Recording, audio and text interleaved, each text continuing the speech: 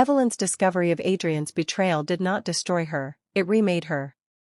For several days she walked through her life in silence, concealing the storm that had begun raging inside her. Each movement became calculated, each word spoken with careful control, for she knew that if she betrayed her own emotions too soon, Adrian would retreat further into his web of lies, and her chance at revenge would slip away. She was no longer the naive wife clinging to the remnants of love. She had crossed a threshold and stepped into a new role, the hunter disguised as prey. And while Adrian carried on with his careless arrogance, believing himself untouchable, Evelyn began to sharpen her weapons, not of steel or fire, but of patience, evidence, and strategy. The first thing Evelyn did was gather information. She understood that revenge without proof was nothing but rage, and rage alone could be dismissed as hysteria. So she began to observe Adrian with the precision of a scientist studying a dangerous specimen. Every night when he returned home, she noted the scent of his cologne, the subtle shifts in his mood, the exact time of his arrival. When he left his phone unattended, she memorized numbers, names, and messages, never taking screenshots or writing anything down that could betray her curiosity. Instead, she trained her memory until it became razor-sharp.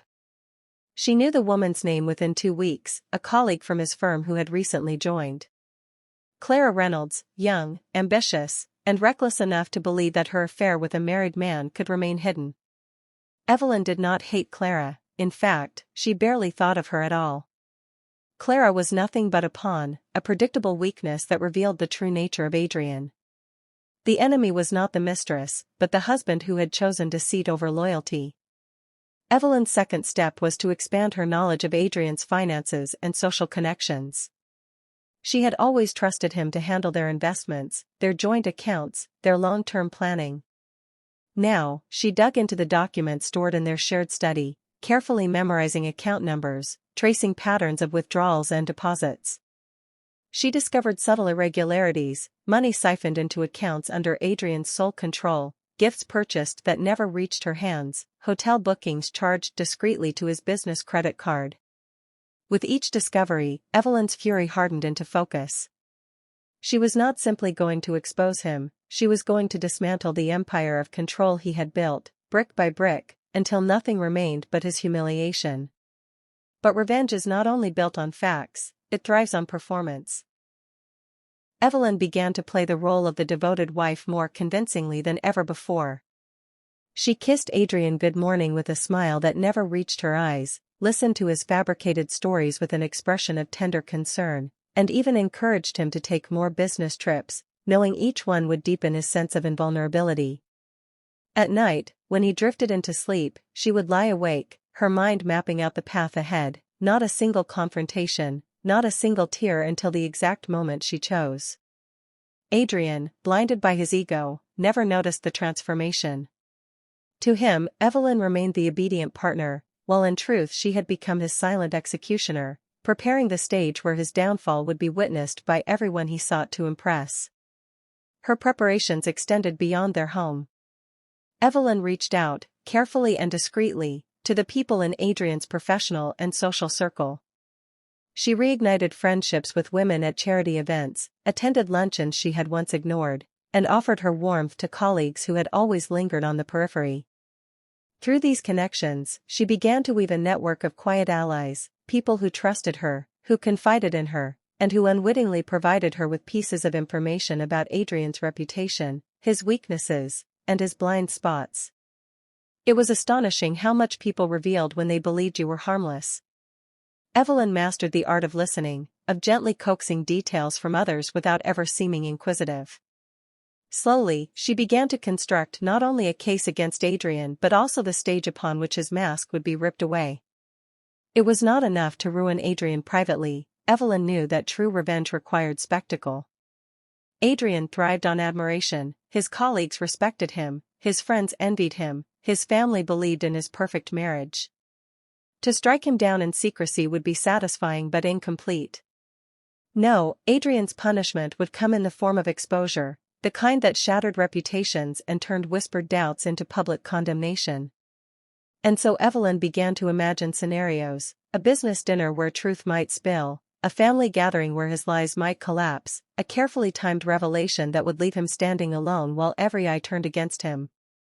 The very anticipation of such a moment became her fuel, keeping her steady when grief threatened to consume her. Still, revenge is a dangerous fire, and Evelyn understood the risk of losing herself entirely in its flames. She reminded herself daily that she was not acting out of blind anger, but out of justice for the betrayal she had endured. There were moments, quiet moments in the solitude of her bedroom, when she almost faltered, when memories of their early love clawed at her resolve. She would recall the laughter they once shared, the warmth of his arms, the dreams they built together. But then, as quickly as those memories came, the image of crimson lipstick on his collar or the sting of that damning text message would return, hardening her resolve once more. Love was no longer a refuge, it had become the very weapon Adrian had wielded against her, and now she would turn it back on him with merciless precision. Weeks turned into months, and Evelyn's plan grew more intricate with every passing day. She began keeping a private journal, not of her pain, but of strategies and contingencies. If Adrian denied, she had proof. If he shifted blame, she had witnesses.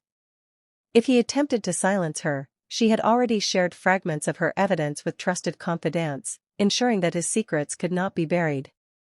Each page of her journal was a thread in the tapestry of his undoing, and with each entry, she felt her old self slipping further away. She was no longer Evelyn the wife, she was Evelyn the avenger, Evelyn the strategist, Evelyn who would rise from the ashes of betrayal with her dignity not only intact but sharpened into a blade. And all the while, Adrian remained blind. He came home with gifts meant to distract her, with kisses that tasted of guilt, with lies so fragile they shattered under the weight of her silence. He believed her passivity meant ignorance, never realizing that the very woman he had underestimated was constructing the stage for his destruction. The irony was almost poetic. Adrian had chosen betrayal because he believed Evelyn was too soft, too dependent, too weak to ever fight back.